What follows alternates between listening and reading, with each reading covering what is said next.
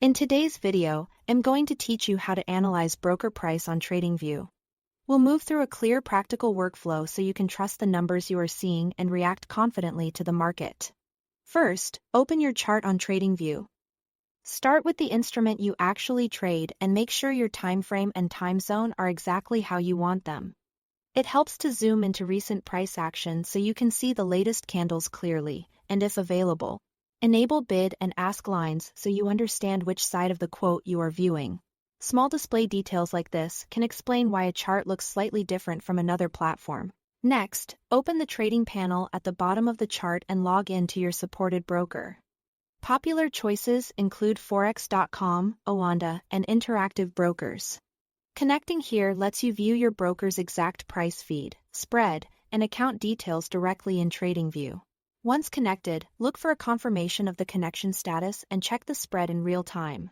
Remember, spreads are dynamic. Expect them to widen around news or during low liquidity sessions. Now, locate your broker's specific data in the symbol search bar. Type your broker's name followed by the instrument, like Oanda. Your USD so the chart displays the precise feed that matches your trading account. Pay attention to symbol naming conventions and suffixes, which can indicate different contract types or liquidity pools. Even similar-looking symbols can pull from different data sources. So picking the broker tag symbol is key to analyzing the correct price. If you are not directly integrated with the broker on Tradingview, compare price action with your broker's MT4 or MT5 platform. Open the same symbol and time frame on both platforms. Then align the candles and wicks. Expect tiny variations within a few pips or a few dollars due to different liquidity providers or whether a platform is showing bid, ask, or midpoint pricing. If the difference is larger, double-check the exact symbol, contract, and session settings on both charts before assuming T here is an error. Finally, use price alerts to stay on top of key levels or to catch discrepancies as they happen. Click the alert icon or press Alt-Fa.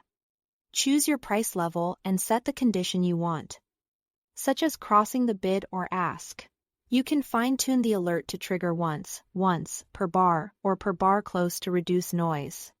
Alerts help you react quickly to breakouts, volatility spikes, or when the broker and chart feeds drift apart. Follow this workflow each time you analyze a market, and you'll build consistent, reliable price comparisons. Thanks for watching.